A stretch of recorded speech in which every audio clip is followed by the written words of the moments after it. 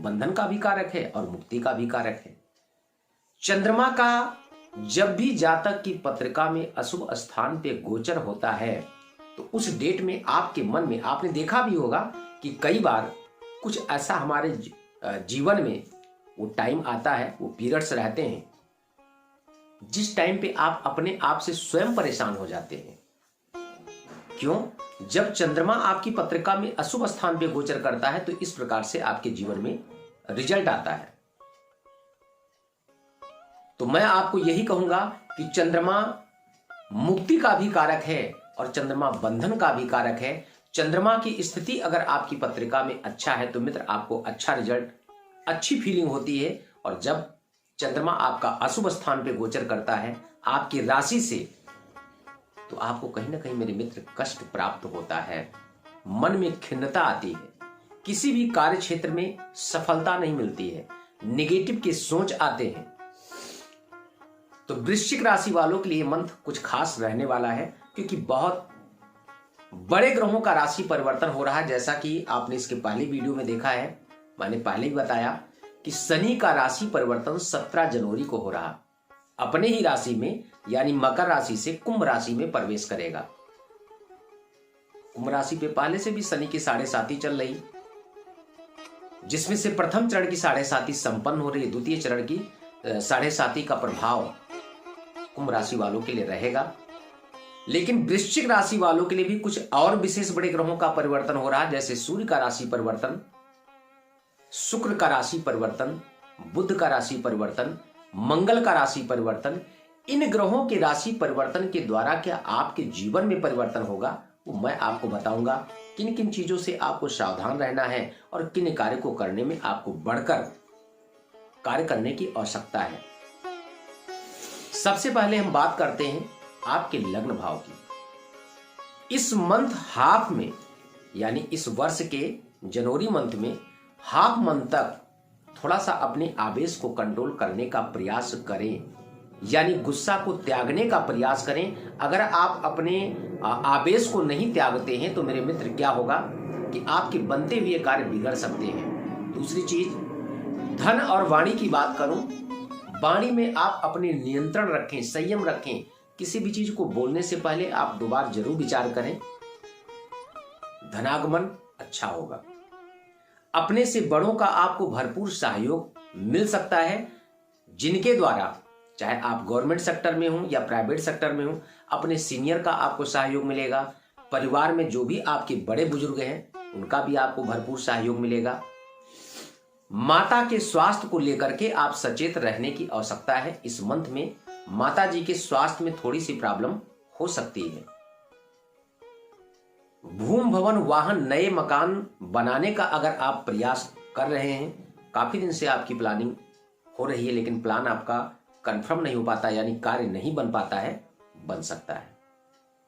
वाहन इत्यादि अगर लेने का कोई आप प्रयास कर रहे हैं तो ये प्लान भी आपका क्लियर हो सकता है, बन सकता है। एजुकेशन क्षेत्र की बात करूं, विद्यार्थी जीवन के लिए बहुत अच्छा समय है। अगर आप कोई अच्छी पढ़ाई कर रहे हैं, कोई तैयारी कर रहे हैं तो आप उस एग्जाम्स को निकाल सकते हैं, बट अपने आलस्य को त्याग करके। लव लाइफ, किसी से प्रेम करते हैं, किसी के साथ आपका कोई रिलेशनशिप है, शादी के योग्य हैं, शायद अपनी बातों को अपने परिवार के समक्ष नहीं रख पा रहे हैं तो ये मंथ आपके अनुकूल है। अपनी बात को रखें, शायद आपके गार्जियंस मान सकते हैं और आपका मनचाहा प्यार आपको प्राप्त हो सकता है।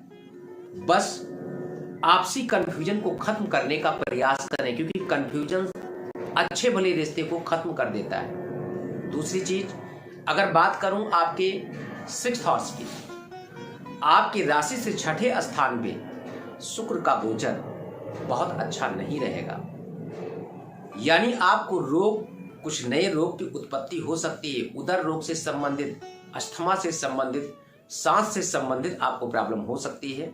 इन पे आपको खान पान पे नियंत्रण रखने की जरूरत है। शत्रुओं की बात करूं, शत्रु अगर आपके पीछे काफी दिन से हावी थे, शत्रु आपके शांत हो सकते हैं इस मंथ में। कोर्ट कचहरी में अगर आपका कोई विशेष महत्वपूर्ण निर्णय आने वाला है तो आप बजरंग बाण का पाठ करें। इससे आपको सफलता अच्छी मिलेगी, यानी आपके पक्ष में हो सकता है। लाइफ पार्टनर, बिजनेस पार्टनर, जितने भी पार्टनरशिप, जितने भी साझेदारी के कार्य करते हैं, इन कार्य क्षेत्र में कंफ्यूजन के चलते आपको थोड़ा सा मानसिक तनाव हो सकता है, लेकिन मंथ हाफ के बाद ये समस्या आपकी सॉल्व हो जाएगी। पत्नी का भरपूर सहयोग मिलेगा। कोई बड़ी डील करने वाले हैं, विदेश की यात्रा करने वाले हैं, काफी दिन से प्लान करते हैं, आपकी यात्रा सफल नहीं हो पा रही, बात नहीं बन पा रही है, तो डील भी आपकी फाइनल हो सकती है। यात्रा के भी योग बने हुए हैं। भाग्य आपका काफी अच्छा रहेगा। कार्य क्षेत्र में अगर देखूं तो आपके पद, पैकेज दोनों का प्रमोशन हो सकता है, लेकिन विशेष करके आपको इस बात का ज्ञात होना चाहिए कि जल्दबाजी के निर्णय आपको नुकसान करवा सकते हैं। तो कोई भी कार्य करें, थोड़ा सा सोच लें, विचार कर लें, उस कार्य क्षेत्र में आपको एक अच्छी सफलता मिल सकती है। भाग्य स्थान की बात करूं, काफी अच्छा है। लाभ की अगर बात करूं तो लाभेश भी आपकी पत्रिका में अर्निंग आप क्षेत्र काफी मजबूत है। इस मंथ में आपके कहीं पैसे फंसे हुए हैं तो पैसे निकल सकते हैं, मिल सकते हैं, लेकिन खर्चे के अकॉर्डिंग मेरे मित्र आपका पैसा थोड़ा इन्वेस्टमेंट ज्यादा होगा, खर्चा भी आपका ज्यादा होगा। तो घबराए नहीं, पैसा आने का विषय है, आए और जाए, कोई प्रॉब्लम नहीं है। बाकी विशेष मैं अगर कहूं तो ये था जनवरी मंथ वृश्चिक राशि वालों का ग्रह गोचर के अनुसार राशिफल। अब आप सोचते होंगे कि शायद मेरी पत्रिका में ऐसे ही रिजल्ट मिलेगा। देखिए, ये सिर्फ मात्र केवल 30% डिपेंड करता है। विशेष जो आपका फलादेश है, जो विशेष आपको फल की प्राप्ति होती है, ये आपकी कुंडली में, आपके हॉरोस्कोप में दशाओं के अकॉर्डिंग, दशा आपकी पत्रिका में महत्वपूर्ण रोल अदा करता है। दशाएं अगर आपकी पत्रिका में मित्र अच्छी हैं तो किए हुए कर्म का एक अच्छा रिजल्ट मिलता है, लेकिन दशाएं अगर आपकी पत्रिका में अच्छी नहीं है तो कर्म करने के बावजूद भी आपने देखा होगा लाभ उतना अच्छा नहीं मिल पाता। अगर आपके मन में भी कोई प्रश्न है, कोई सवाल है, तो आप मुझसे संपर्क कर सकते हैं। अपनी पत्रिका का आप संपूर्ण विश्लेषण मेरे द्वारा आप प्राप्त कर सकते हैं, क्योंकि ग्रह के अधीनस्थ ही पूरा संसार है और ग्रहों का गोचर ही प्रकृति में भी परिवर्तन करता, जो कि आप सब लोग देख भी रहे हैं।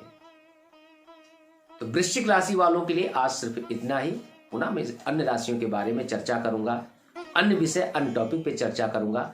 तब तक के लिए नमस्कार, जय श्री राम।